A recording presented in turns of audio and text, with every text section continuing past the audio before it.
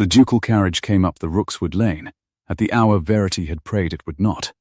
Black lacquer flashing between the limes, the Ashworth crest burning gold on the door, and she understood, with her hand pressed flat to the warm glass of the morning-room window, that her husband had come himself to end their marriage. Not a solicitor, not a sealed packet by the post. Him, the Duke of Ashworth, had driven 2 days from town to set his own name to the annulment, and he did not know, could not know, that beneath the plain muslin of her summer gown she carried the one thing he had wanted from her above all others. The child had been certain to her only 9 days. She had counted, and counted again, in the grey before dawn, when the house was quiet enough to hear her own blood. 9 days of a secret she had told no one but the physician at Marlow, who did not know her married name, and thought her a widow. Now the carriage wheels ground the gravel to silence beneath her window, and the secret sat in her like a stone dropped down a well, falling still, no bottom yet found. Mrs. Pell, her voice came out steadier than she had any right to. His Grace's carriage is in the drive. The housekeeper appeared in the doorway, flower to the wrist, and looked past Verity's shoulder to the great black thing gleaming in the July light. So it is. Mrs. Pell wiped her hands slowly on her apron, one finger at a time, and him not sending a boy ahead to warn a body, so we might at least have got the good cups down. A duke can cross 3 counties but not spare a farthing for the post. There's breeding for you. Bring the good cups. Verity turned from the window. Her knees had a strange looseness in them, and she locked them, the way she had learned to lock them across a ballroom, under the weight of 100 pairs of eyes. And do not, Mrs. Pell, do not tell him anything about my health. The older woman's gaze sharpened, quick as a needle finding cloth. For one dreadful moment Verity thought she knew. But Mrs. Pell only pressed her lips and said, I've never in my life told a gentleman more than he'd paid to hear, my lady. I shan't begin with that one. Outside, the carriage step came down with a clash of iron. A footman in Ashworth blue handed down nothing, for the Duke wanted no hand. He came out of the carriage the way he did everything, without hurry, without noise, as though the ground ought to be grateful. The sun caught him full. He had grown leaner in the 4 months since she had last stood in a room with him, and browner, as if he had been riding hard and long, the dark coat pulled taut across shoulders that had once made her forget, on their wedding morning, every clever thing she had meant to say. Verity stepped back from the glass before he could look up and find her watching. She had time, the length of the hall, the opening of the door, the removal of his gloves, to decide who she would be. She chose the woman she had been raised to be by a father, who read Greek at the breakfast table, and taught his daughter that a calm question was worth more than a shouted truth. She smoothed the muslin over her waist, where nothing yet showed, and went down to meet the man who had come to unmarry her. He was standing in the center of the small square hall when she reached the turn of the stair, and the house seemed to have shrunk around him. Rookswood was a plain gentleman's box. 6 rooms, a kitchen garden, a single good staircase of Spanish oak that her grandfather had been proud of. The Duke of Ashworth filled the hall as a portrait fills its frame, and looked about him once, at the faded runner and the jar of blown roses on the side table, with an expression she could not read and had never once been able to read. Verity, he said. Only that, her Christian name, in that low, unhurried voice that gave nothing away and never had. No Your Grace between them there had not been, not since the church. Your Grace. She came down the last 3 steps, with her hand light on the rail. You have had a long road. You will want tea before we speak of your business. I did not come for tea. No.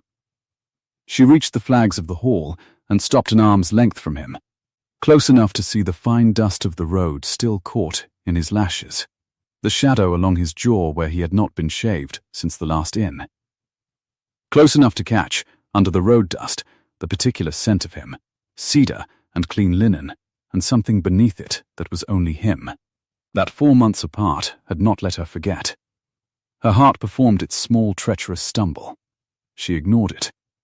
"But you will have it regardless, because Mrs. Pell has already carried the good cups into the parlor, and she is 71, and I will not have her carry them out again untouched. This way." Something moved at the corner of his mouth. Not a smile. The Duke of Ashworth did not smile, but a flicker, quickly gone, as though her plainness had reached him before he had braced against it. "You have not changed," he said. "I have changed a very great deal." She turned toward the parlor, so he would not see her face when she said it. "You have simply never watched long enough to notice. Mind the low beam." He did not mind the low beam. She heard the dull sound of his brow meeting the old oak, and the short exhalation of a man too proud to curse, and she permitted herself, walking ahead of him into the sunlit parlor, the smallest curve of her mouth, the first honest thing she had felt all morning.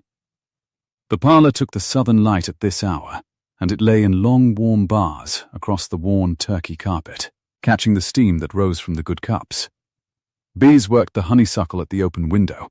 The whole room smelled of it, and of beeswax, and of the lavender Mrs. Pell laid in the linen press 2 doors down. Verity sat and arranged her skirts and poured, because pouring gave her hands something to do that was not pressing themselves to her middle. The Duke did not sit. He stood at the window with his back half to her, looking out at the kitchen garden where the runner beans climbed their poles, and a thrush was busy among the currant nets. He had a folded packet of papers in his hand. She had known he would. She poured his tea the way he took it. No sugar, no milk. A barbarous habit she had teased him for exactly once, in the 3 weeks of their marriage that had contained any teasing at all, and set the cup on the table at his elbow, and waited. "My uncle drew these up," he said at last, without turning. "You will find them fair.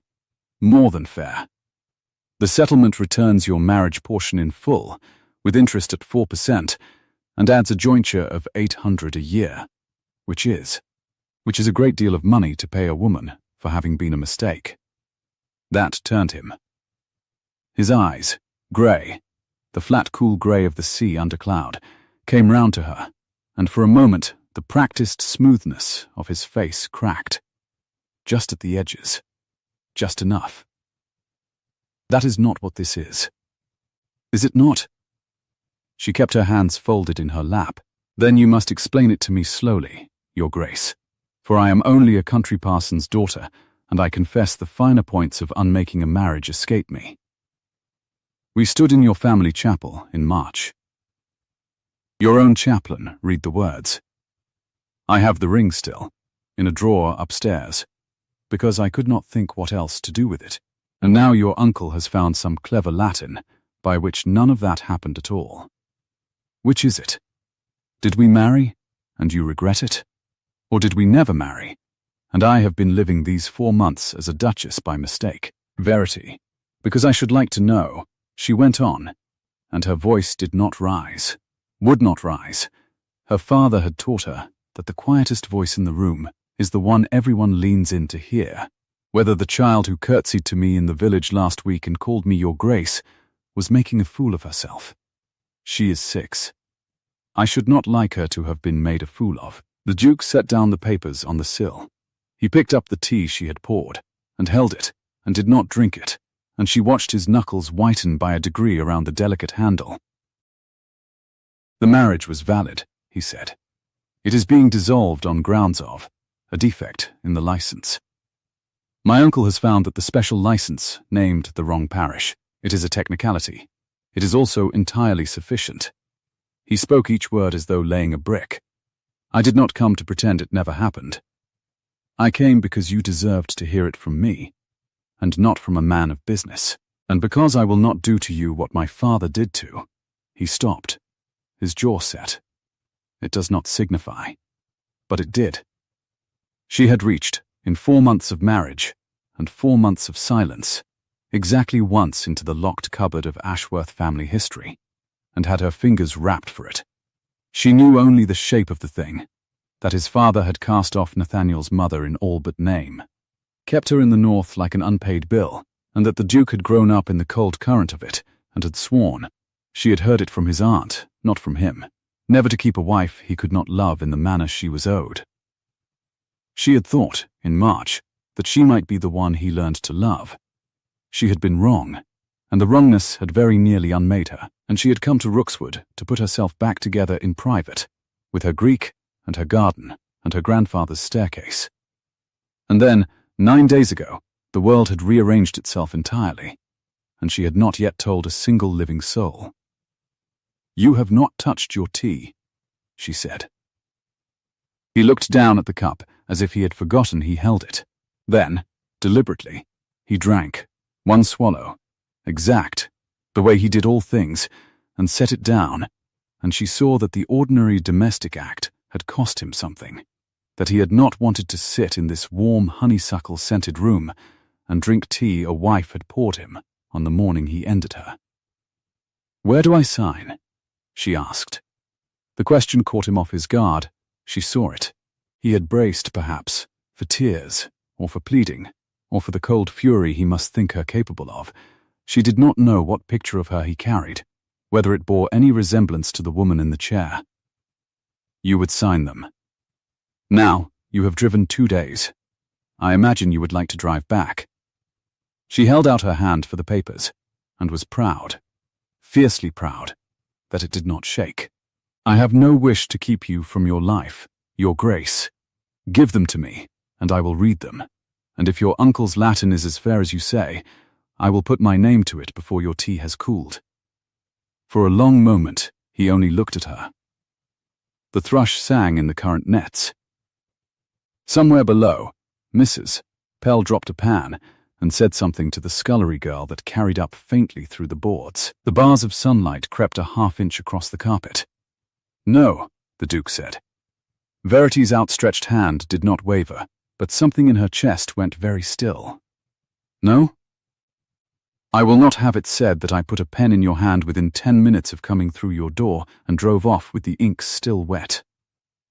He turned fully from the window now, and the light was behind him, and she could not see his face. Only the broad dark shape of him against the summer garden. "You will read them properly. You will have your own man look them over. I will pay for him. And you will take the 3 days I am obliged to remain in this county in any case. Because the license must be surrendered to the bishop at Marlow, and he is from home until Thursday. I have taken rooms at the Ashworth Arms in the village. It seems I own it. I did not know that until this morning. You own a great many things you do not know about." She lowered her hand at last. "It is one of your charms." Verity. Now he did cross the room, 3 strides, no more, and the small parlour gave him no distance to cover. And suddenly he was near enough that she had to tilt her chin to hold his eyes, near enough that she caught cedar and road dust, and the warmth coming off him after 2 days shut in a carriage. Her whole traitor body leaned a half-degree toward him before she caught it. "I am trying," he said, low, "to do one decent thing. Let me." And after Thursday, she rose, because she would not be loomed over, and standing brought her closer still, so close she could see the pulse at his collar. "After the bishop has his license, and I have my 800 a year. What then, your grace?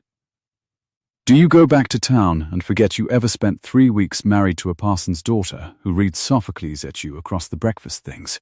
No, the word came out rough. He looked, for one unguarded instant, like a man holding a door shut against a great deal of weather. "After Thursday, I am to marry Lady Honoria Vane." The name landed in the sunlit room like a stone through the window. Verity did not move. She had spent a lifetime learning not to move at the moment a blow arrives. Her father used to say that the Ashworths of the world read a flinch the way a hawk reads a hare. So she stood, and she breathed, and she felt the floor of the well inside her give way at last, the secret dropping and dropping. "Lady Honoria," she repeated, and was astonished at how ordinary her voice sounded. "The Marquess of Bedminster's daughter. Yes, she is 19. She is 20.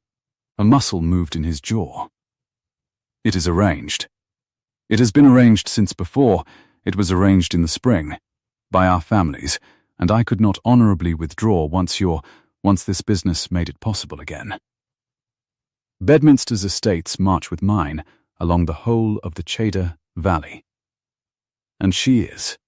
He stopped himself. But she heard the shape of the sentence he had not finished, and it was worse for being unfinished. And she is young and biddable, and will give the house an heir without asking me to love her. An heir. She pressed her hand.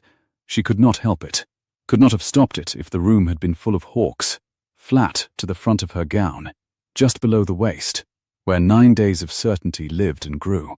His grey eyes followed the movement, and for one heart-stopping instant, she thought the whole of it must be written plain across her face, that a man clever enough to unmake a marriage with a Latin technicality must surely see the child in the way she stood. But he saw only a woman with her hand at her stomach, and he had the grace, or the cowardice, to look away. "You want an heir," Verity said softly. "Every man in my position wants an heir." He had gone to the window again. His voice came back to her over his shoulder, flat and final. "It is the one thing the position requires, and the one thing—" He did not finish that either. "It does not signify. I am sorry, Verity, truly. You will be free by Thursday, and rich enough to please yourself, and I will trouble you no more than the law obliges." Behind him, unseen, she opened her mouth to tell him. The words were there. There will be an heir. There already is. 3 months from now she would not be able to hide it from a soul. And here he stood, the father of it, near enough to touch. Near enough that a single sentence would tear his neat arrangement to rags and put a vain girl of 20 out of a duke and a duchy in one breath. She had only to speak. Every particle of her wanted to speak, to fling the truth at that broad, indifferent back, and watch it turn him around. And then she thought, he will believe I am telling him to keep him. He would look at her hand on her waist, and her grandfather's shabby staircase, and her 800 a year, and he would see a parson's daughter who had produced a child at the precise, convenient hour to trap a duke she could not otherwise hold, and whatever softening she had glimpsed at the low beam, whatever ghost of the man she had married in March, would close over like water over a stone. He had sworn never to keep a wife out of obligation. She would not be kept out of obligation. She would rather raise the child alone at Rookswood, with her Greek and her garden, than be a debt the Duke of Ashworth paid for the rest of his life. She closed her mouth. "Thursday, then," she said. He turned at the door, one gloved hand on the frame, and looked back at her across the warm, bright room with its steam and its bees and its bars of falling light. Looked at her a moment longer than the parting wanted, as though there were a thing he had meant to say and had mislaid somewhere between town and here.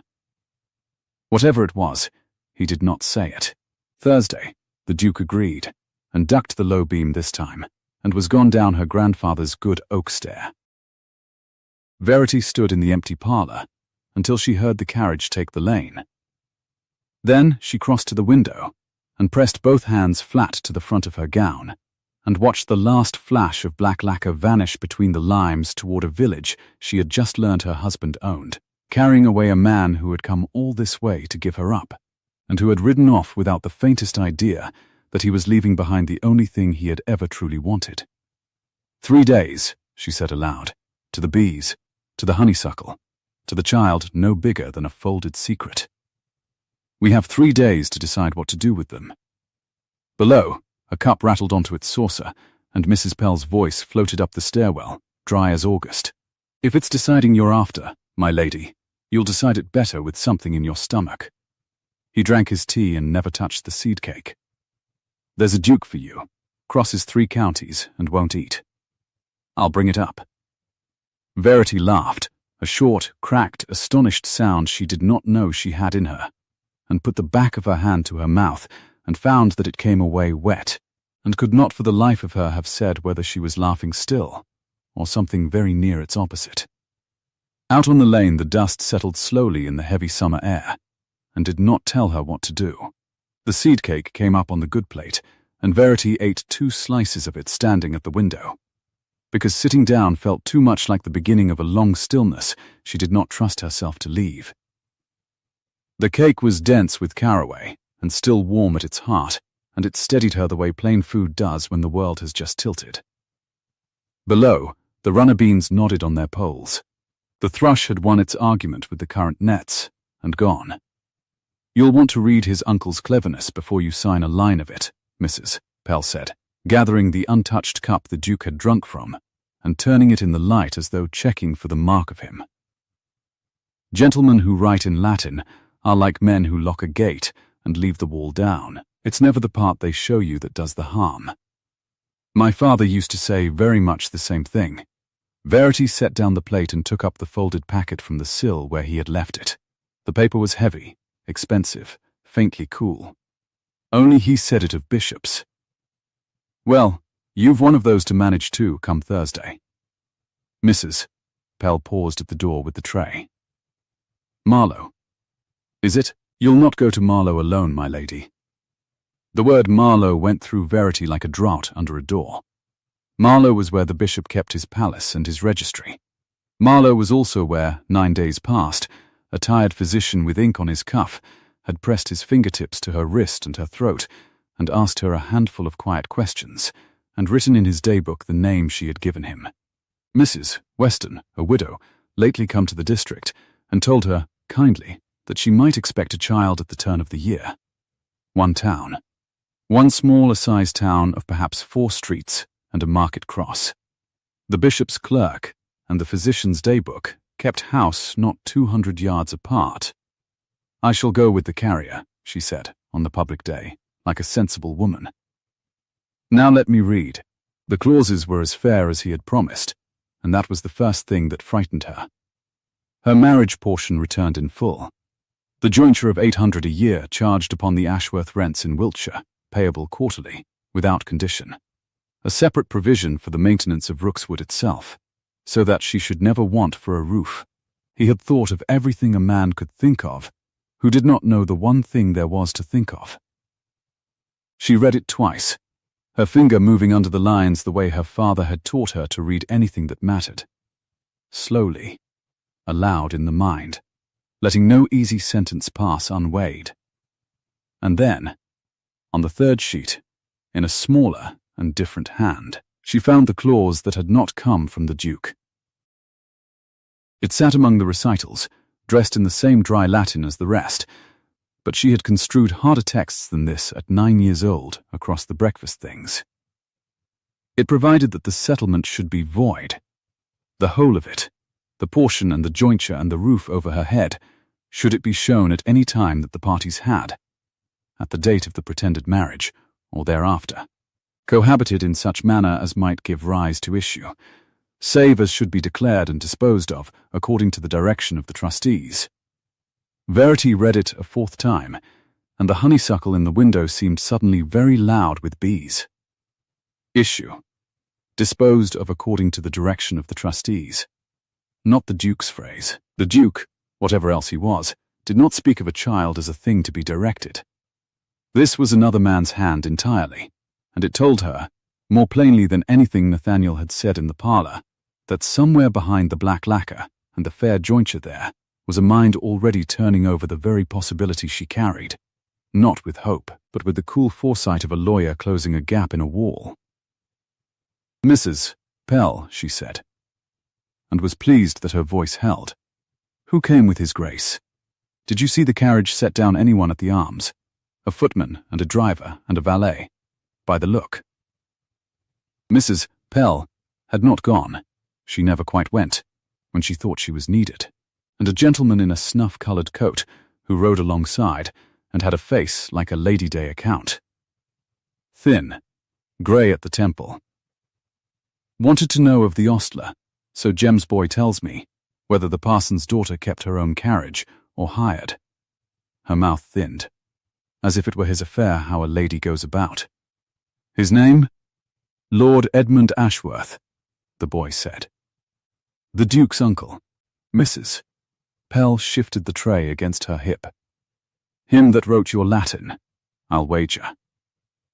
"Him that wrote my Latin," Verity agreed softly, and folded the papers along their crease, and knew, with the certainty that had woken her these last 9 mornings before the light, that her 3 quiet days were not going to be quiet at all. He came the next morning, before the dew was off the beans. Verity had risen early. She rose early always now, driven up out of sleep by a faint sea swell of the stomach that she had learned to ride out standing at the open casement with the cool air on her face, and so she was dressed, and downstairs, in the plain sprigged muslin that hid everything and betrayed nothing, when the knock came. Not the Duke's knock, a brisker thing, 3 raps, impatient of the wait. Lord Edmund Ashworth removed his hat in the little hall and looked about him exactly as his nephew had, but where the Duke's glance had been unreadable, the uncle's was an inventory. She watched him price the faded runner, the blown roses, the Spanish oak of the stair, and set each figure down in some private ledger, and arrive at a total that plainly did not impress. "Mrs. Weston," he said. The name struck her like a slap, and she gave no sign, none, though her heart lurched hard against her stays. Mrs. Weston, her widow's name. The name in the physician's book. She had one wild instant of certainty that the whole edifice had already fallen, and then she saw that he watched her too closely, that the name had been a cast line, a hook dropped to see what rose, and that he did not know at all. He was only a clever man fishing in dark water. "You mistake me, sir." She let a small, cool puzzlement into her face, the face her father had worn across the chessboard. "I am not aware that I have ever been Mrs. Weston. You will be Lord Edmund. Your nephew mentioned you drew the settlement. Will you come through? Mrs. Pell has the kettle on." Something flickered behind his eyes, annoyance perhaps that the hook had come up bare. He followed her into the parlour, and did not sit until she did, and then only on the very edge of the chair, as a man sits who does not mean to stay long enough to warm it. "I shall be direct," he said. "It saves everyone's time, and yours cannot be so very full. It is fuller than you would suppose. But be direct. I find I prefer it in a Ashworth. Directness is so much rarer among you than one would expect from the price of your coats." His jaw tightened by a hair. "My nephew is a sentimental man beneath a cold manner. It is a family failing. His father had it, and it cost the family a great deal. Nathaniel has taken it into his head that he owes you a scene of farewell. 3 days of it. Tea and papers and gentle handling." He leaned forward. "I have come to spare you all of that. Sign today. I have brought a second copy, and a man to witness it. Sign today, take your carriage north to your people, and let the matter be closed before it can grow." Awkward, Verity poured, because her hands wanted the work of it. Now there is a word, doing a great deal of labour for its size. "Awkward how, my lord?" "You are a clever woman. You know how these things sour when they are drawn out. The Bedminster alliance has been 3 years in the arranging. The valley lands, the water rights, the 2 families' seats not 11 miles apart. It is the work of a generation, and it hangs, at this moment, upon a licence that named the wrong parish, and upon your good sense." He accepted no tea. He had come to conclude business, not to take refreshment from the hand of it. Lady Honoria's father is not a patient man. Every day that my nephew lingers in this county playing the penitent, Bedminster reads it in the London papers and wonders what he lingers for. You would not wish, I think, to be the cause of a coldness between 2 great houses. That would be a poor return for a jointure of £800. There it was, laid on the worn table between them, plain as the seed cake, the whole machine of it, and where she was meant to fit as a small removable part. Verity turned her cup a quarter circle on its saucer and let the silence stretch until he shifted in it. "You have written a curious clause into your Latin, my lord," she said. He did not blink. "I have written a great many clauses. Which curiosity troubles you?" "The one that speaks of issue, of a child that might be, and how it should be disposed of at the direction of the trustees." She lifted her eyes to his and held them, and made her voice as mild as milk. Your nephew did not mention that we were expecting to trouble the trustees. Yet you have gone to the labor of providing for it. That is a great deal of foresight to spend upon a thing you cannot believe likely. For the first time, the smooth grey face gave something up. Not much. A stillness where there had been ease. It is a standard provision, he said. One provides against every event, however remote, or one is not doing one's work. Is it standard? She smiled, and did not mean it, and knew he knew she did not. How reassuring. I had feared, for a moment, that you had come 3 counties with a particular question in your mind, and had dressed it up as a general one. But you say it is standard, and I am only a parson's daughter, and must take a lawyer at his word. Lord Edmund rose. He had got what he came to learn, which was that she would not be hurried, and he had learned in exchange something he had not meant to give, that the clause had frightened her, and that a frightened woman is a woman with something to lose. She saw him weigh it. She saw him decide to say no more, and to watch instead, which was worse. Sign by Thursday, he said, gathering his hat. For your own sake, madam, my nephew's kindness will not outlast the road home, whatever he believes this morning. A duke does not, in the end, marry down the second time when he has troubled to climb out of it the first. See that you are on the right side of the door when it closes. I shall see myself to the door with you, Verity said, since you know so well which side of it people belong on. She stood on her grandfather's step and watched him ride off down the lane, snuff-coloured against the green, and only when the last of him had gone between the limes did she let herself lean, just once, hard against the warm frame of the door, one hand flat to her middle, and breathe as though she had run a mile. He knew nothing.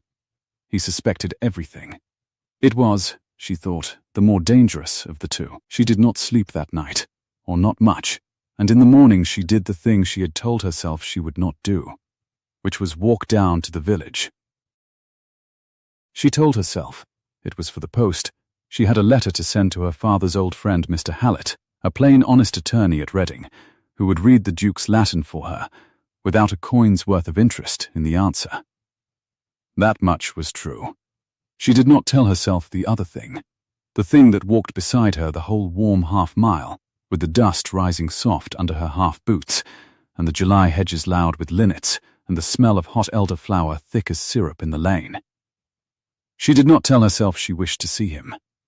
She was not so great a fool as to say it even in the privacy of her own skull. The village of Ashworth Magna, she had lived beside it 4 months, and never once thought to learn that it bore his name, lay along a single street that widened at the market cross and narrowed again past the church.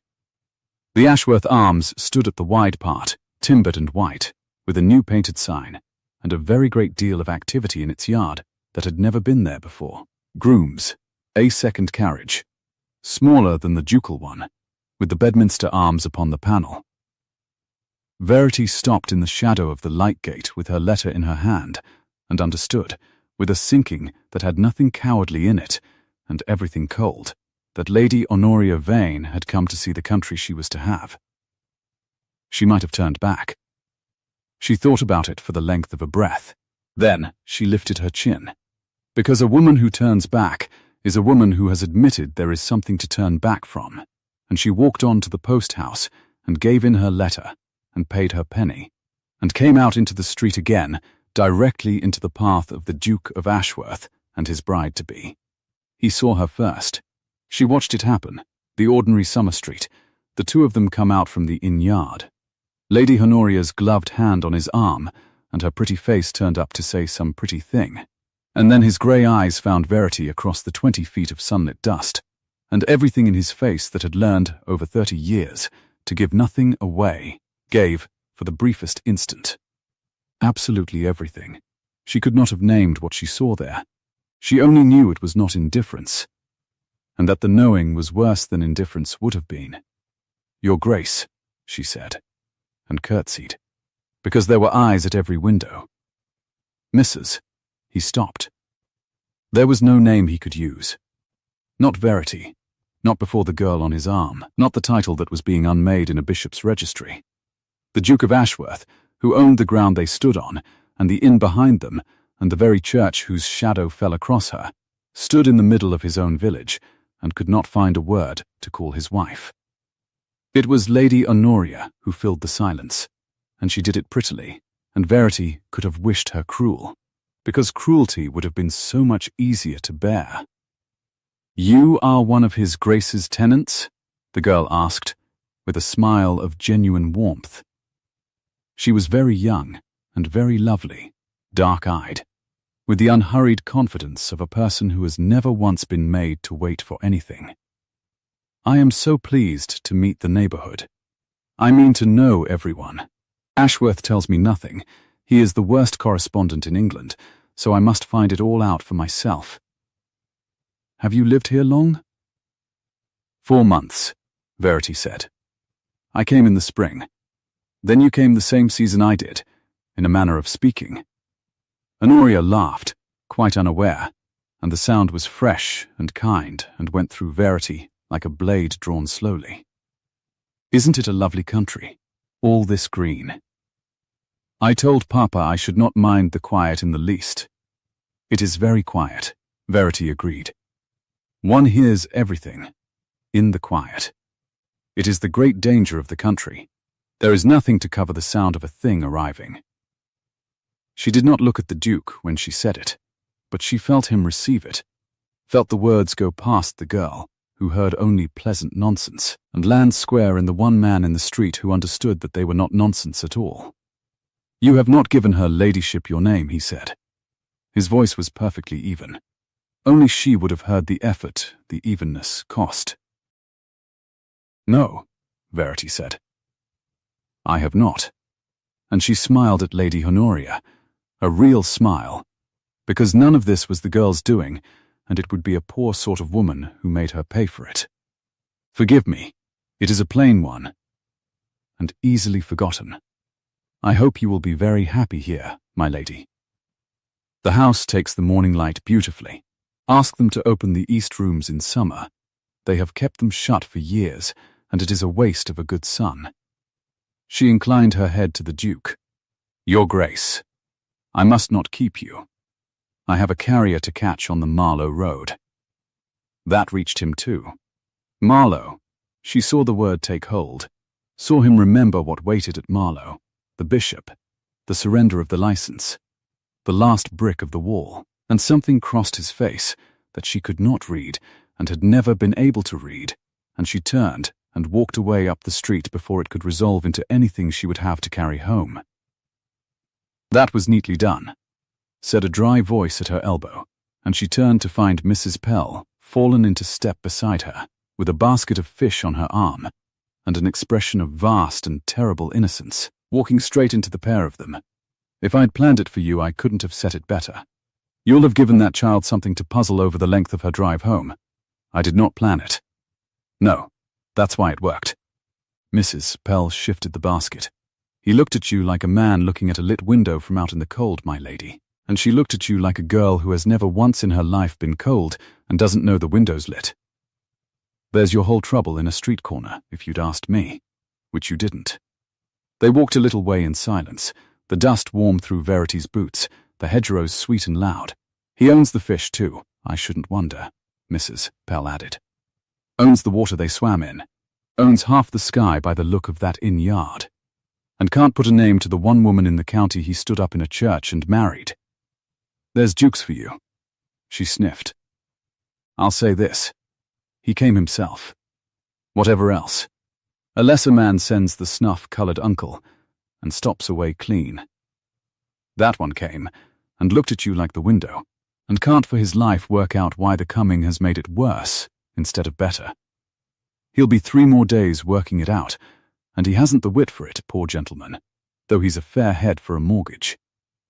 Verity laughed despite herself, the caraway and cracked sound of yesterday, and it steadied her again as the seed cake had. They came up the lane to Rookswood, with the sun climbing toward noon, and the beans throwing short shadows, and it was not until they reached the gate that Verity saw the second horse tethered in the shade of the limes, and the man standing on her own step, with his hat in his hand, waiting.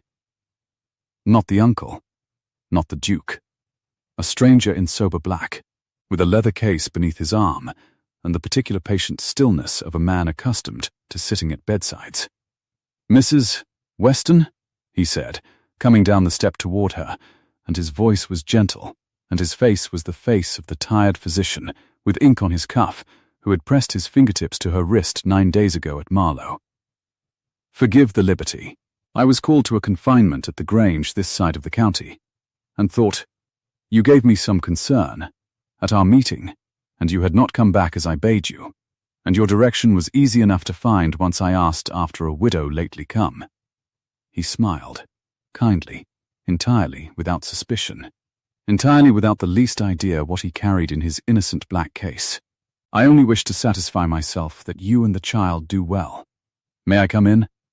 And behind her, from the shade of the limes, a second voice even, unhurried, giving nothing away and never had, said, "The child?" Verity turned. The Duke of Ashworth stood in the lane not 10 feet off, his own horse's rein loose in his hand, come after her from the village with God knew what half-formed words still unspoken on his tongue, and on his face now, plain as it had never once been plain in 4 months of marriage, the dawning of a thing she had crossed 9 days and one smaller-sized town to keep from him. For the length of one breath, no one in the lane moved. The linnets went on in the hedge. A bee bumbled fat and slow against the warm stone of the gatepost. The physician stood halfway down the step with his kind, tired face still arranged for kindness, his black case under his arm, entirely unaware that he had just laid a lit match to a room full of dry straw. "The child," the Duke said again, not a question this time.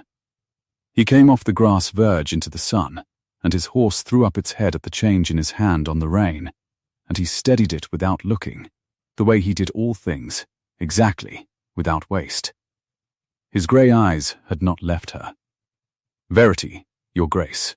Her voice came from very far off, from the calm, cold place her father had built in her against exactly such a moment as this, though he could never have imagined this one. "You have ridden after me. You will forgive me. I have a caller. You have too." He stopped at the gate. He did not open it. His gloved hand closed over the top bar of it, and the old wood, which her grandfather had split and hung himself, took the weight of a duke as it had taken the weight of 40 years of parish children swinging on it. "Sir?" "You have the advantage of me. You attend this lady?" The physician's glance went from the Duke's face to Verity's and back, and something in the quality of the air reached him at last, some warning in the stillness, and his professional ease faltered. Yes, that is. I had the honour of attending Mrs. Weston at Marlow 9 days since. I came only to satisfy myself of her continued." He stopped. He had caught it now, fully, the wrongness. He looked at Verity in open apology. A man who feels a flaw give beneath him and cannot tell whose flaw it is. "I beg your pardon. Have I? Is there some, Mrs. Weston?" The Duke repeated, low. The name went into him, and something behind his eyes rearranged around it, quick and terrible. The mind that had unmade a marriage with a scrap of misnamed Latin, turning now upon a widow's name, and a physician on a country step, and finding, in half a heartbeat, the shape of the whole. "You are not a widow." "No," Verity said. "You gave this man a false name." "I gave him a name that let me be examined in a strange town, without its being told in 3 days across 2 counties that the Duchess of Ashworth had gone to a physician." She kept her chin level. The dust was warm through her boots, and the elderflower hung sweet and thick and sickening in the heat, and she thought she might, after all, be ill in her own front lane before her husband, and a stranger both. She was not. She had learned to lock her knees under 100 pairs of eyes. She could lock her stomach under 3. "Sir, you meant only kindness, and you have done none of us any harm. Mrs. Pell will give you tea in the kitchen." "Please, the housekeeper was already there." the fish basket set down God knew when, her flower and needle sharpness gone very quiet and very watchful. "This way, sir," she said, and it was not a request, and the physician, glad past speaking to be given a wall to step behind, went with her, and the low door of Rookswood took them in and shut. Which left the two of them, and the horse, and the gate her grandfather had hung, and 4 months of silence with the bottom fallen out of it. The Duke opened the gate. He came through it into her small garden, where the runner beans nodded on their poles, and the currants hung red in their nets, and he stopped an arm's length from her, and she saw that his hand, the one that had held the gate, was not perfectly steady, and that he had seen her see it, and that he despised it. "How long?" he said. "Nathaniel, how long have you known? Still even?" Still that low, unhurried voice that gave nothing away. But she had lived beside it, and she heard now what she had never heard in it before, a fault line under the flat grey surface, a thing straining. "You will tell me the truth, since it appears I have had 4 months of the other kind." "How long?" 9 days. She would not lie to him. It was the one thing left she would not do. "It was certain to me 9 days ago. I told no one. I have told no one still, save a physician who thought me a widow named Weston and did not know my face." 9 days. His jaw worked. He looked past her at the plain white box of a house, the blown roses, the whole shabby modest sum of her life here, and she watched him do the arithmetic, watched him arrive, exactly as she had feared he would arrive, at the ugliest possible total. 9 days. "And yesterday you sat in that room, and poured my tea, and asked me where you were to sign. And you knew. You sat there, carrying and you let me tell you of Honoria, of the arrangement, of the heir. You let me say the word heir to your face. And you knew. And you said nothing." "Yes," Verity said. "Why?" It came out of him rough, torn up from somewhere the smooth voice did not usually reach. "In God's name, Verity, why would you sit and let me? What were you playing at? What is the game?" And there it was, laid in the warm, bright garden between the beanpoles, the very word she had known he would find. Game, she had seen it come, 2 days off, when she stood in the parlour with her hand at her waist and made herself close her mouth. She had known that if he learned it wrong, learned it after, learned it from a physician on a doorstep, instead of from her own lips in her own time, this was the face he would show her, the face of a man who has spent 30 years watching for the trap in every soft thing. "There is no game," she said. "You hid a child from me." He said it slowly, as though laying each brick, as he had laid the bricks of the settlement. "My child, the heir He stopped. His hand had come up, half toward her, and he arrested it and let it fall. "You hid the one thing. You let me stand in your parlour and give it all away. The name, the title, the whole of it, to Honoria, to Bedminster's water rights. You let me set the pen in your own hand for it. And the entire while you carried the thing that would have." His breath went out of him. "You would have let me marry her. You would have stood in that street this morning and wished her joy of my east rooms, and let me marry a girl of 20 and get an heir upon her, when there was one already. When there was, he could not finish it." For the first time in 4 months the Duke of Ashworth could not finish a sentence, and the failure of it was more dreadful to her than any completed cruelty. "Yes," Verity said, "I would have let you. Then you are." He looked at her as though she had turned, in the space of one summer morning, into a stranger wearing his wife's plain sprigged muslin. "I do not know what you are. I am the woman you came here to unmarry." Her voice did not rise. It would not rise. Her father across the chessboard, the quietest voice in the room. "I am the woman whose name you could not find in your own village street 2 hours ago. You stood before your bride with the ground I stand on under your boots, and the church I married you in at your back, and you could not call me anything at all. And you ask me why I did not hand you a further weapon." A weapon. His head went back a fraction, as at a blow. "A child?" is a weapon to you? A child is a child. Now, only now, did something crack in the calm, and she let it, one hairline, because he had earned the sight of it. But you would not have seen a child, Nathaniel. You would have seen exactly what you are seeing now. A parson's daughter who found herself carrying a duke's heir at the precise, convenient hour her marriage was to be dissolved, and who chose that hour, of all the hours in the year, to make it known. You would have looked at my grandfather's staircase, and my 800 a year, and my 4 months of silence, and you would have called it a trap. You are calling it a trap. You have been in this garden the length of a psalm, and you have already found the word for it. Game, you found it before you found my name. He went white about the mouth, because it was true, and he was not, for all his coldness, a stupid man, and he knew it was true. That is not, he began. Is it not? She held his eyes. Then tell me, your grace, if I had spoken yesterday, if I had put down the teapot and said, there will be no annulment, for there is already an heir, what would you have thought of me? Not felt, thought, in that cold, clever part of you that named the wrong parish and voided a marriage. What would it have made of a wife who produced a child at the last possible moment to keep a duke she could not otherwise hold? The silence stretched. A bean leaf turned over in the small, hot breath of wind off the field. Somewhere behind the low kitchen window, a cup was set down with great and deliberate softness, as though someone within had determined to make no sound at all, and was failing. I would have thought, he said at last, and it came out of him like a stone pulled from deep water, that you had trapped me. Yes, but you did not speak. You said nothing. You would have let me go. He was staring at her now, with something new struggling up under the anger, something that frightened her more than the anger had.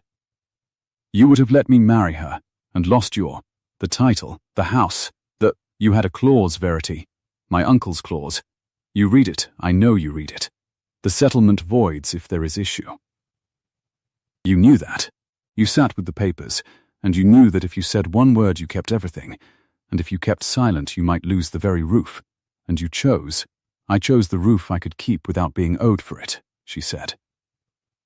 Yes, and that was the thing that undid him. She saw it go into him, saw the whole architecture he had built in the last 5 minutes, the trap, the game, the scheming parson's daughter. She saw it shudder and fail to stand. Because a scheming woman speaks, a scheming woman uses the clause, a scheming woman does not sit silent and let a duke walk off with her secret still folded under her heart. He had come into this garden certain of who she was. He no longer had the first idea. She watched him lose it, and she took no pleasure in it, none at all, though she had told herself for 9 days that she would. Then why, he said, very low, did you keep it from me? If not to trap me, if not to keep everything, why keep it at all? She could have told him. The truth stood ready, as it had stood ready 2 days ago in the parlor. Because I would not be a debt you paid. Because you swore never to keep a wife out of obligation, and I would sooner raise the child alone than be the obligation. Because I loved you in March, and you never once watched long enough to notice. And I will not be loved now by accident. Because a physician came to a doorstep. It was all there. It would have turned him, she thought. It might have turned him entirely. She did not say it. Because the saying of it was the last thing she owned that he had not already taken or unmade, and she would choose the hour of its spending herself, and the hour was not this one. In a hot garden, with a physician drinking tea behind the wall, and a girl of 20 waiting at his inn. Because it was mine, she said. 9 days of something that was only mine, in a life where nothing else has been. You may have the rest of it, your grace. You have taken the name and the title and the marriage. You will not have the reason. Not today. He looked at her a long moment. The sun stood almost at noon. Their shadows had drawn in close about their feet. The whole garden hummed and ripened, and paid them no mind at all. "I cannot marry her," he said. It was not what she had braced for. She had braced for the cold reassembly, the retreat behind the flat grey face, the Duke recovering himself and speaking of trustees. Not this. Not the low, plain, half-wondering statement of a man saying aloud a thing he has only just that instant understood. "You are contracted to her," Verity said. "I am married to you." He said it as though the fact had been mislaid and newly found, as though he were turning it over in the light the way Mrs. Pell had turned his cup. "There is no annulment, Verity. There cannot be. Now, my uncle's own clause. Issue voids it. If there is a child of the marriage was consummated in the eye of any court in England, wrong parish or no. The license does not signify against a living." He stopped himself off the word, as he always did, and she wondered, distantly, whether he even knew he did it, whether some old wound taught him to step around it. Against a child. He built the wall, and he left a door in it he did not see. You saw it. You read it 4 times, I would wager. And you saw the door. And you meant to walk through it, into a life of raising my heir alone at the bottom of my county, and never telling me it drew breath. Yes, Verity said. That was the plan. It is a monstrous plan. It is the plan of a woman who was given no better one. For the first time her voice bent, just at the end, just enough that she despised it. You gave me 800 a year, and a wrong parish, and a girl of 20. I gave myself the one thing I could take without your leave. Do not stand in my garden and call it monstrous, Nathaniel. You have not yet earned the standing to name what I do monstrous. The kitchen door opened. Mrs. Pell came out onto the step, with her spine very straight, and her face very smooth, and behind her the physician, hat in hand, his tea plainly abandoned half-drunk, a man desiring above all things to be gone from a house where the air had gone to iron. The gentleman must ride on to his confinement at the Grange, my lady Mrs., Pell said, into the garden, to Verity, as though the Duke of Ashworth were not standing 6 feet off in the middle of the beans. He asks me to say he's satisfied you and thee, that you do well, and he begs your pardon for the liberty, and he'll trouble you no further. A small pause, weighted like lead shot. He's a discreet man, he says. I believe him. Discretion's the one thing a country doctor has to sell, and he'll not spend his stock on the first duke to frown at him. Thank you, sir, Verity said to the physician, past her husband. You meant only good. It has done no harm that was not going to come regardless. And it was true. And she watched the man take the small mercy of it, and bow and go to his tired horse under the limes, and mount and ride, and be gone down the lane into the shimmer of the noon. The last person, she thought, who would treat her these 3 days as a simple thing, a widow to be looked after. After him there would only be the machine, and where she fit in it. She was right sooner than she knew. The Duke did not go. He walked the physician to the gate with his eyes, and then he turned back to her, and she saw him gather himself, saw the flat grey composure come down over the raw thing like a shutter over a lit window. Mrs. Pell's window. The lit window, she thought, and nearly laughed the cracked laugh again, and did not, and he was the Duke of Ashworth once more. And something had changed, and nothing had.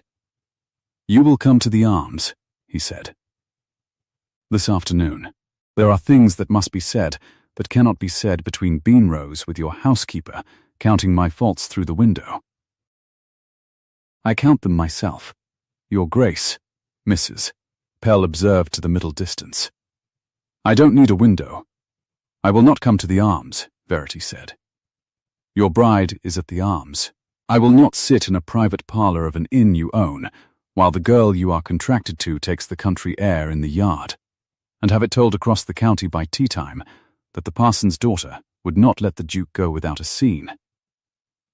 You may say to me here what must be said.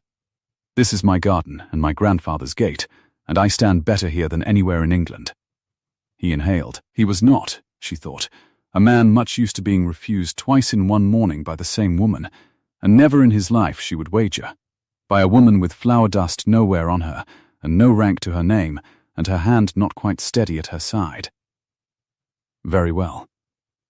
He looked at her a moment. Not here, then, and not the arms. There is a church. My church, God help me, I own the living. It is empty on a Tuesday, and it is cool, and it is 100 yards from any ear. Meet me in it at 4.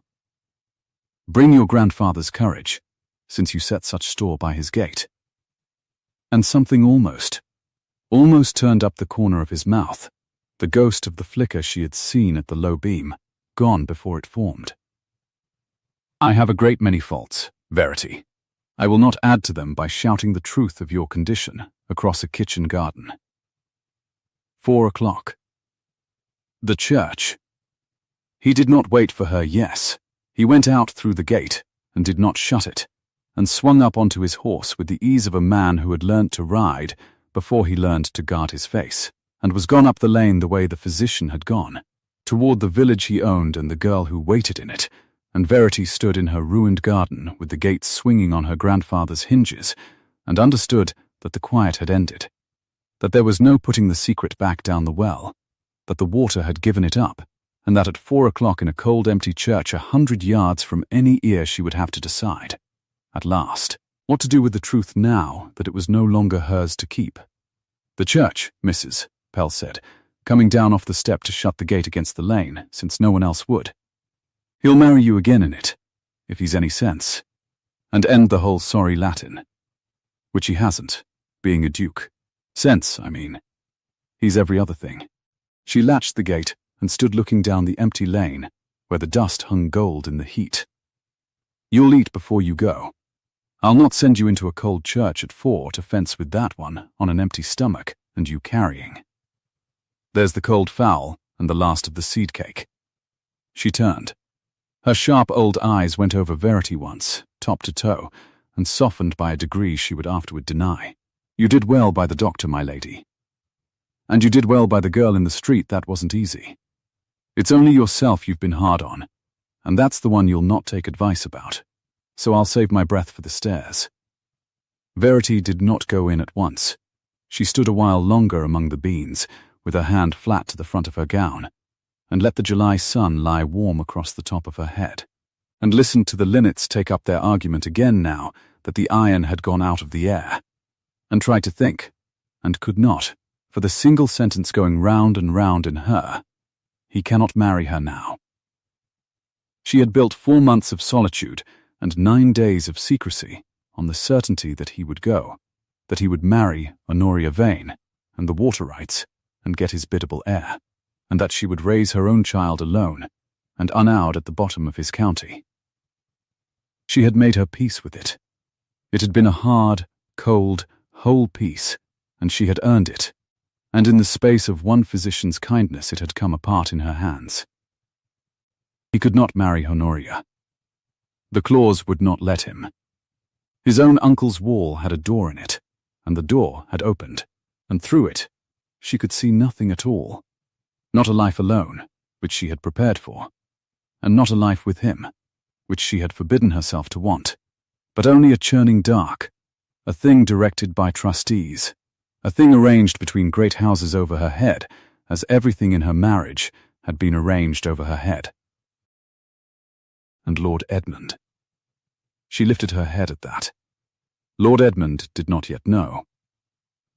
But Lord Edmund had come to a doorstep with the name Mrs. Weston already on his tongue, had gone fishing in dark water a full day before a physician ever climbed her step, and a man who fishes so early is a man who will not be long in learning what has risen.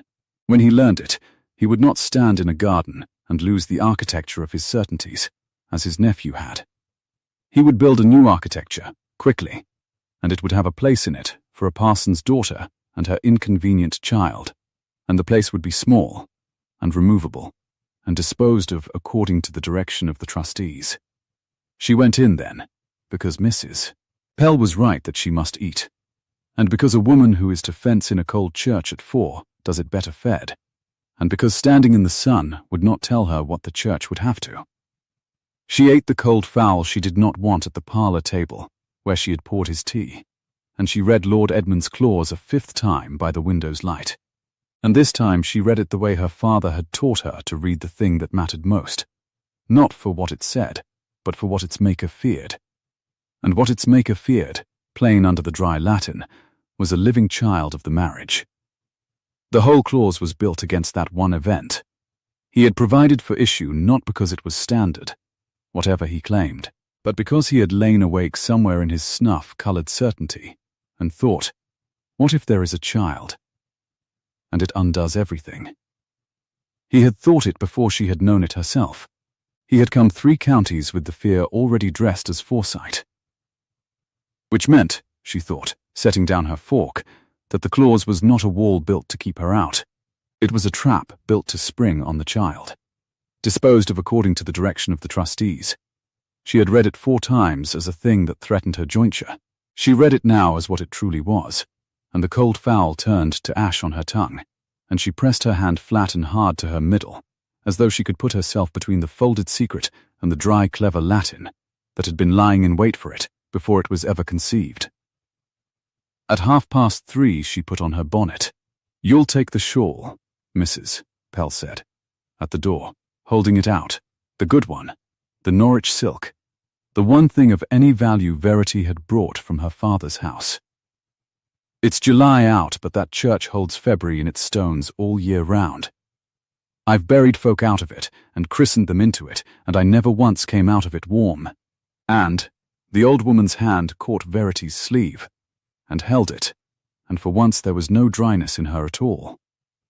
"Whatever he says to you in there, my lady, whatever's offered, or threatened, or bargained, you come home and sleep on it before you set your name to a syllable of it. There's nothing that can't wait a night that's worth doing at all. Your father'd tell you the same, God keep him, and he'd say it in Greek to make it stick." "He would say," Verity said, "nothing in excess. He said it of everything from claret to grief." She let the shawl be settled about her shoulders, and let herself, for one moment, be an old woman's care, since it might be the last simple hour she had. "I will sleep on it, Mrs. Pell. I promise you that much. I have not slept on a great many things in my life, and I have regretted most of them." She went out into the afternoon. The heat had thickened. Thunder sat somewhere behind the downs, a bruise on the southern sky, and the elderflower in the lane had gone from syrup to something heavier, and the linnets had fallen quiet the way they do before weather. She walked the half-mile with her grandfather's courage, as the Duke had bidden her, and with her father's, and with her hand more than once at her middle, and she came to the church of Ashworth Magna, as the tower clock ground toward 4, and found the great south door standing open on its cool dark, like a mouth. She did not go in at once. She stood in the porch, where the banns were read and the dead were rested, and the living married, and she looked at the worn stone, and the notice board with its curling parish papers, and the iron ring of the door her husband owned, and she made herself breathe the cool churchy breath of the place, stone and old wood, and candle grease, and the ghost of lilies from some Sunday past, and she thought, whatever I decide in here, I decide it once, and there is no undeciding it, no more than there is unmarrying, whatever the Latin says. And from within the dim of the nave, from the shadow past the font, where the light fell in one long dusty bar, from a clear south window, the Duke of Ashworth's voice came out to her, low and unhurried and giving nothing away, and never had. "You came," he said. "I was not sure you would. Come in, Verity.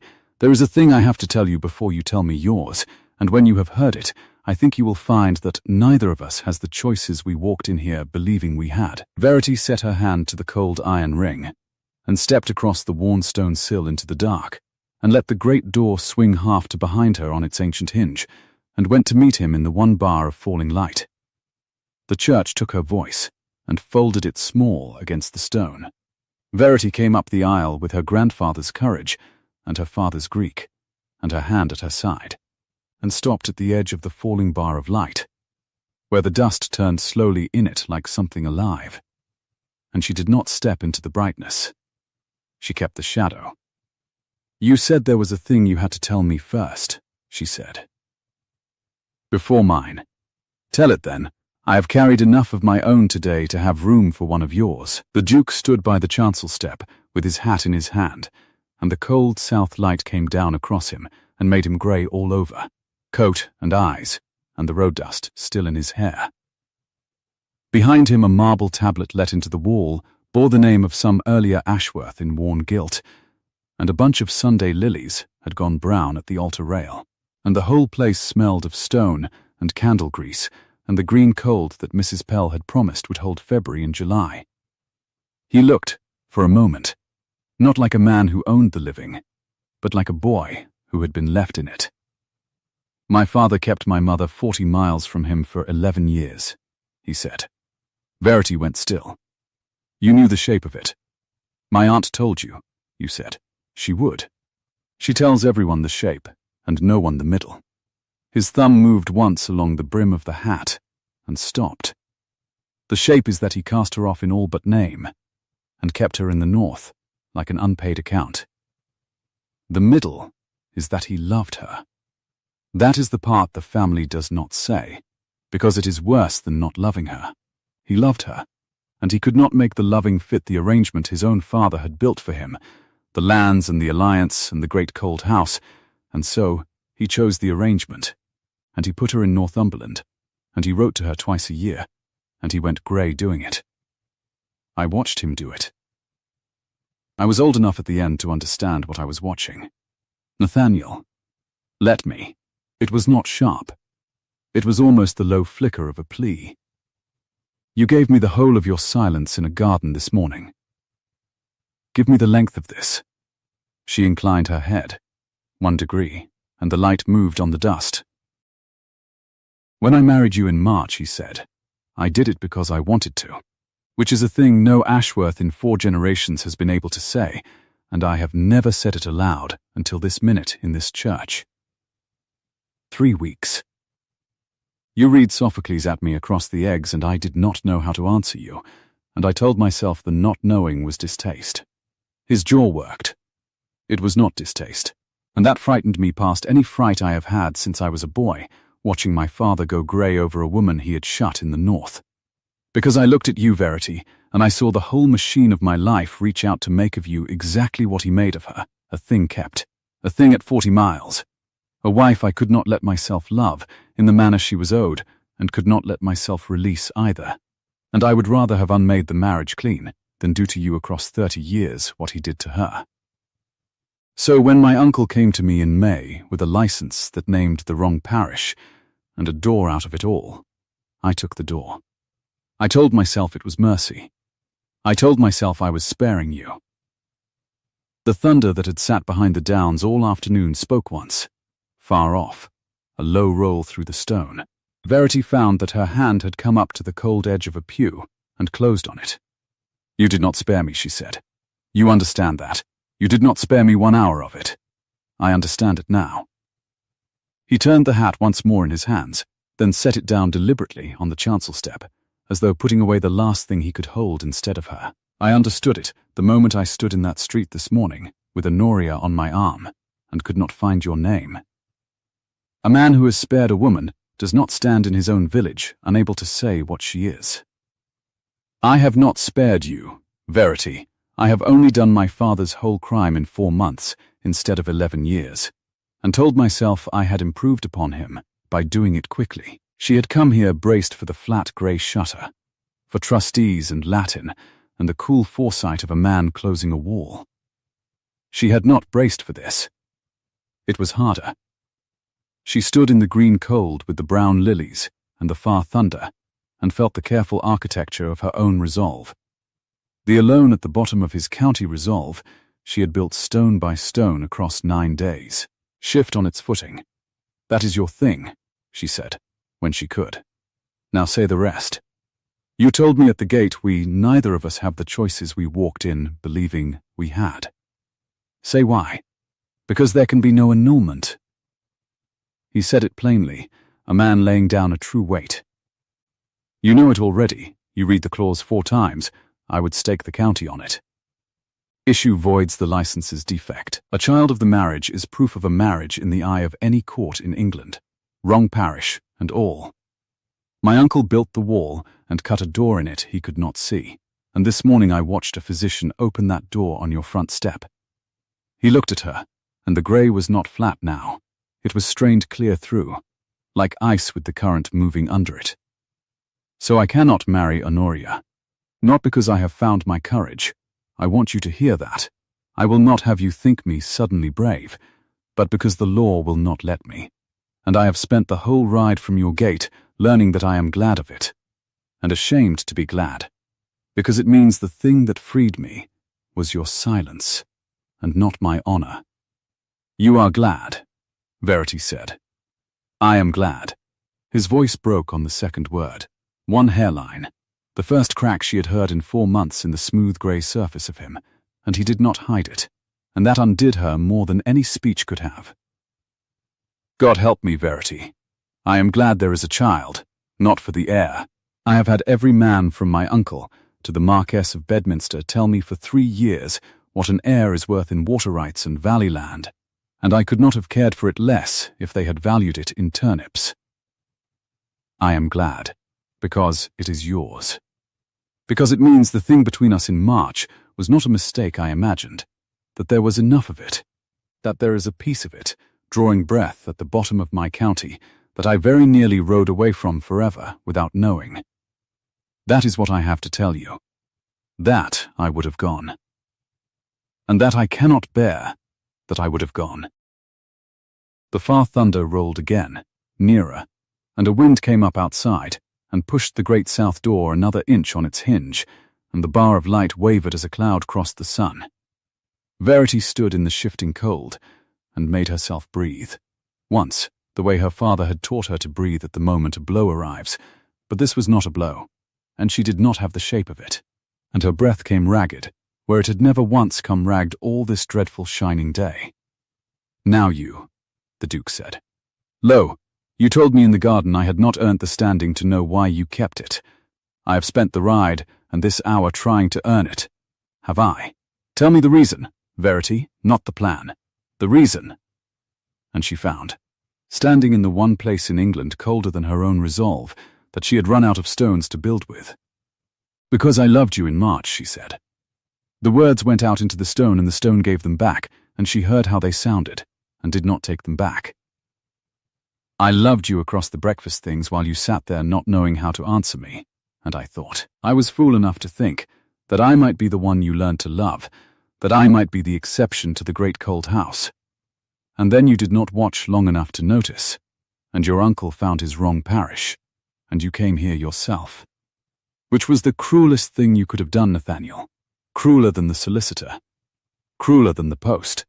Because a man who does not care does not drive 2 days to do a thing a clerk could do by Frank. You came, and I understood that you felt something and had decided to master it, and that was worse than your feeling nothing. And I would not. Her voice bent, and held, and went on. I would not be a debt you paid. You swore never to keep a wife out of obligation. I heard you sworn it. So when the child came certain to me 9 days ago, I looked at your uncle's clause, and I saw the door, and I chose the one thing I could take without your leave. A life where I was not owed for. I would rather have raised your heir alone and unowed in this county than be the obligation you shut in the north out of honor. That is the reason. That is the whole of it. I did not withhold a weapon. I withheld the only thing I had left that you had not already taken or unmade, the right to not be a duty. The Duke crossed the space between them. He did not stride. He came slowly, into the shadow where she stood, out of the light, so that they were both grey now, both in the cold, and he stopped an arm's length off, close enough that she caught cedar and road dust under the church smell of stone and grease, and he looked down at her with his whole ruined, careful face open at last. You would not be a debt, he said, so you would have made yourself a ghost. At 40 miles, in a plain white box with a good staircase. Verity, you did to yourself, on purpose, in 9 days, the exact thing I have spent my life terrified of doing to a woman I loved. You put yourself in the north. She had not thought of it so. She heard it land, and had no answer, and the not having an answer was itself the answer, and she saw him see it. "I am not offering you a duty," he said. "I want that clear, in this church, where I will say it once and mean it under the roof I own. I am not standing here because there is an heir, or a clause, or an alliance that has broken, or a girl of 20 at my inn. I am standing here because I would have gone, and I cannot bear it. And a man does not fail to bear the loss of a duty. He fails to bear the loss of the thing he loves. I loved you in March too. I was only better at hiding it than you, having had 30 years more practice at hiding everything." The corner of his mouth moved, the ghost of the flicker, and it was wet at the edge. "It is the one skill my father left me, and I am glad, this once, to have spent it and have nothing of it left." The door boomed against the stone, not the wind. A hand. Verity turned, and the Duke turned, and down the long cold aisle in the last of the falling light came Lord Edmund Ashworth, snuff-coloured against the grey, his thin face set, and his leather case beneath his arm, and behind him, hesitating in the porch with her gloves twisting in her hands, Lady Honoria Vane. "Nathaniel," Lord Edmund said, and his voice went up hard into the vaulting, "you will come away from her. Whatever she has told you, you will come away, and we will settle this before the storm breaks and half the county is sheltering in this church to hear it."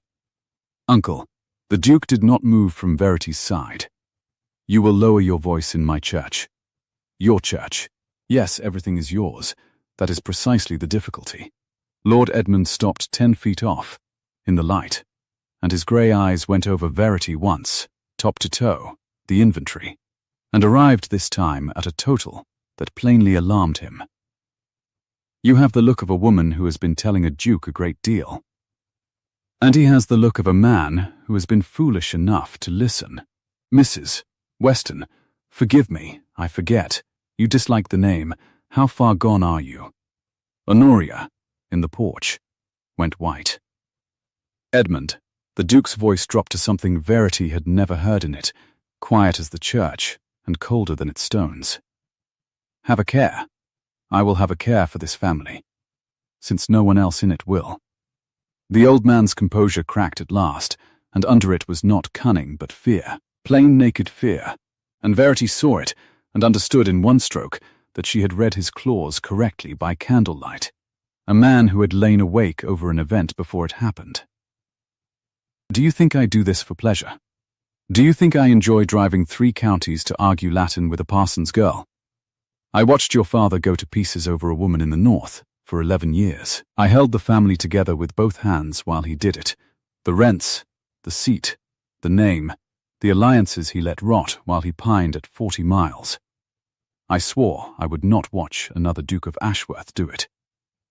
And here you stand, in the very church, about to do it before my eyes, throw over Bedminster, throw over the valley, throw over a marriage 3 years in the arranging. For a girl and a child that will bring this house nothing but a scandal it will be 40 years living down." "A child," said the Duke. "That is my son or my daughter." "A child," Lord Edmund said, "that was got in 3 weeks of folly and will be disposed of according to the direction of the trustees, which is a phrase, nephew, that I wrote, and which I wrote to give this family a way to keep the girl quietly, and the alliance whole, and the rest of it." Verity stepped into the light. She had not meant to. Her father's calm cold place had brought her this far. But it was not calm that moved her now. It was the thing that had woken her these 9 mornings before the grey, the thing that had put her hand flat to her middle in a garden full of hawks. She stepped into the falling bar of light, where they could all see her, Edmund and the Duke and the white-faced girl in the porch, and she was done with the shadow. "Say the rest of your clause aloud, my lord, in the church. Under the roof your nephew owns, since you set such store by roofs. Tell them what disposed of at the direction of the trustees means when it is written of a child, and not a chattel." I read it 4 times by candlelight. I read it a 5th by daylight. The way my father taught me to read the thing that matters. Not for what it says, but for what its writer fears. And what you fear, my lord, so much that you built a wall against it 3 counties before it was ever conceived, is a living child of this marriage. Because a living child voids your Latin. A living child proves the marriage. A living child undoes Bedminster, and the valley, and the whole generations work in a single breath.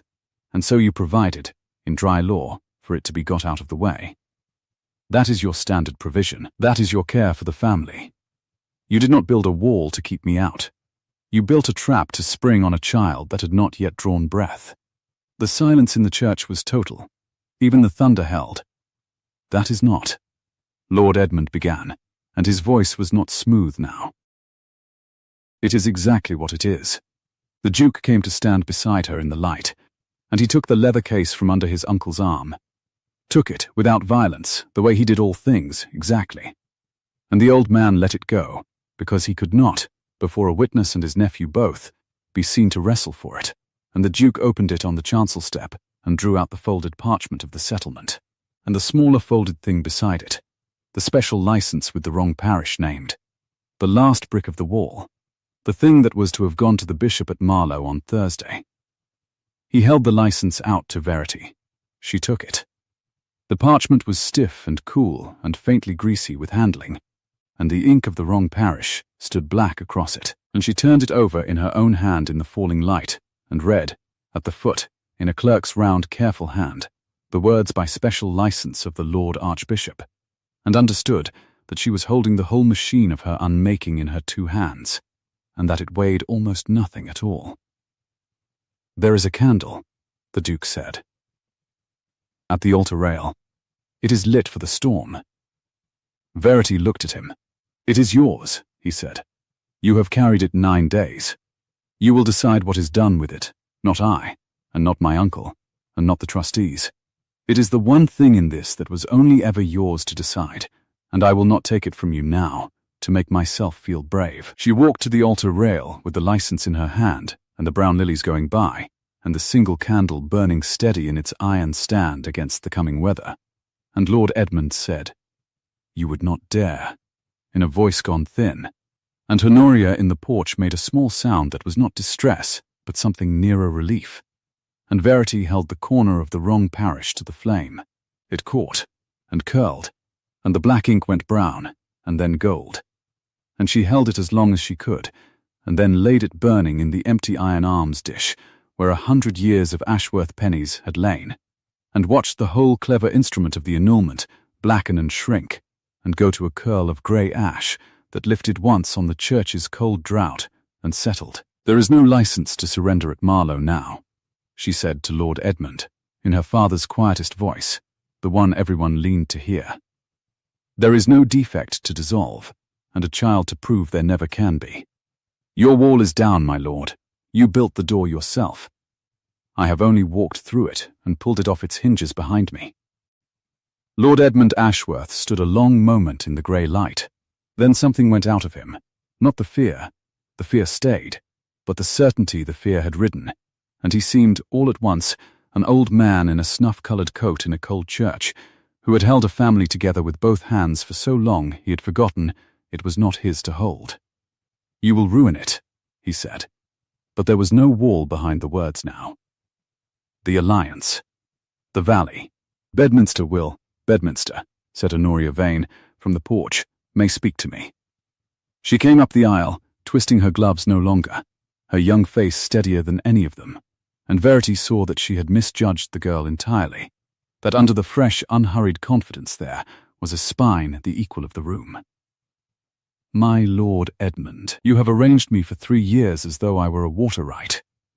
I came into this country to see what I was to be given, and I have spent 2 days watching a man who could not say the name of his own wife in his own street, and I am very glad, I find, to be given back to myself. Papa wanted the valley. Papa may have some other thing. I will not be the girl who was got with an heir to spite a child that was already coming." She looked at Verity, and her dark eyes were kind and clear. "You told me to open the east rooms. I hope you will open them yourself. They will want the light. with a child in the house. That was neatly done, Verity said, before she could stop herself, and heard, absurdly, Mrs. Pell in her own mouth, and Honoria laughed, the fresh kind laugh from the village street, and this time it did not go through Verity like a blade at all. Lord Edmund looked from the girl to the burnt ash in the alms dish to his nephew, and last of all to Verity, and he gathered the empty leather case off the chancel step with hands not quite steady, and he inclined his head to her, a small, stiff, unwilling thing, but real, the first honest motion she had seen him make. "You read the clause better than the man who wrote it," he said. "My brother's wife was clever too. I did not treat her kindly. I told myself for 11 years it was for the family." He paused at the edge of the light. "It was not for the family. It was because I was afraid. You may tell my nephew's child, someday, that its great-uncle learned that too late to be of use to anyone, and be glad it learned it at all." And he went down the long aisle and out through the porch into the first fat drops of the storm, and the great door swung to behind him and did not open again. The thunder broke properly then, overhead, and the rain came down on the church roof in a long steady roar, and the light went out of the south window as though a hand had closed it, and in the sudden grey the single candle at the altar rail burned taller. Verity, the Duke stood where the light had been. "I have burned nothing, and given up nothing, and I am not brave. But I am here, and I am not going to Marlow, and there is a girl walking out into the rain to give herself back her own life, and my uncle has gone into the weather, an old man, and none of it is why I am about to say what I am going to say.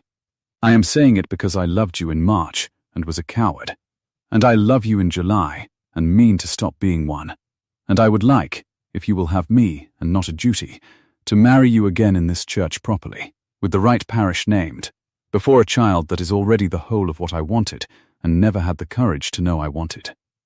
Verity crossed the cold stone to him. She put the flat of her hand, the hand that had held the license to the flame, against the front of his dusty coat, over the place where his heart went unquiet under all that practiced grey, and she felt it going, hard and fast and afraid, the least ducal thing about him and the truest.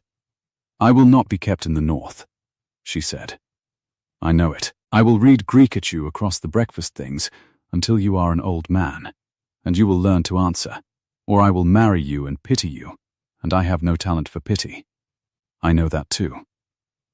The flicker came up at the corner of his mouth, and this time it became, at last, after 4 months, the whole thing, not a smile the Duke of Ashworth permitted himself, but one that got away from him entirely. "Undignified, astonished, young, you will have to teach me. I have a fair head for a mortgage and no head at all for Sophocles. I am told it is a family failing. It is your only one I can mend." And she went up on her toes in the roaring cold, with the rain coming down on the roof he owned, and the candle burning tall, and she kissed him, or he kissed her, and neither of them, afterward, could have said which, and it did not signify. They were married in the church of Ashworth Magna, a second time on a bright morning at the very end of summer, with the right parish named and the bands read 3 Sundays running from the worn stone porch, and the whole village in the pews to hear it, and the child a small certain roundness, now beneath a gown of pale amber silk, that Mrs. Pell had let out twice and complained about both times. There was no great company from town. Lady Honoria sent a letter and a christening cup ahead of the day, and married, that same autumn, a plain sensible naval man of her own, choosing whom her father came, in the end, to prefer to a valley. Lord Edmund did not come to the wedding, but at Michaelmas a small parcel arrived at Rookswood, and inside it, wrapped in silk, was a miniature portrait on ivory of a dark grave woman with the Duke's own grey eyes, his mother, that had hung 40 years in a house in the north, and a single line in a thin grey hand, for the child, that it may know the face the family did not treat kindly. Verity hung it in the east rooms, in the morning light, where the sun came in. They kept Rookswood. The Duke would not hear of shutting it. He said, in the one joke he made that whole golden autumn, that he had crossed 3 counties to be rid of a wife, and got instead a wife, an heir, a housekeeper who counted his faults without a window, and a staircase he was not permitted to alter, and that on the whole the annulment had been the worst piece of business his uncle ever transacted on his behalf, and he was grateful past speaking that it had failed. The child came at the turn of the year, as the tired physician at Marlow had promised, a daughter, small and dark and loud and entirely well, who came into a warm house full of fires and lavender and the smell of Mrs. Pell's baking, and was laid, clean and swaddled, and bawling with the good honest temper of the thoroughly cared for, into the arms of a father who had learned, at last, how to answer the thing he was given. He held her at the window of the east rooms in the pale January light, under his mother's portrait, and Verity, watching from the bed, with the Norwich shawl about her shoulders, saw the Duke of Ashworth's whole careful grey face give everything away, and give it away gladly, and never once think to guard it. "She has your temper," he said. "She has your chin. God help her." Verity held out her hands, and he brought the child to her, and the winter sun came through the opened east windows and lay warm across the three of them. "Mrs. Pell, the good cups, I think. His Grace will want tea, and this time he will drink it and eat the seed cake, or I shall know the reason."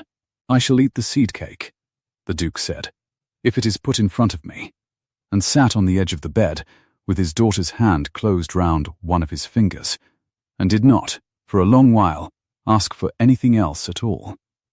Down in the lane, the limes stood bare and black against the frost, and the honeysuckle was cut back hard for the spring, and the gate her grandfather had hung swung once on its ancient hinge in the cold bright air, and settled, and up in the warm east rooms a duke drank the tea his wife had poured him, in a plain gentleman's box of 6 rooms, and a good oak stair, and was, for the first time in his life, and every day after it, exactly where he wished to be. If you have ever kept something close and quiet, not to wound anyone, but because it was the last thing that was wholly your own, I think you will have understood Verity better than she understood herself. Stay here by the fire with me a while longer. Tell me in the comments the moment you knew he was hers, and subscribe for the next story, and I will keep the candle lit and the good cups down again.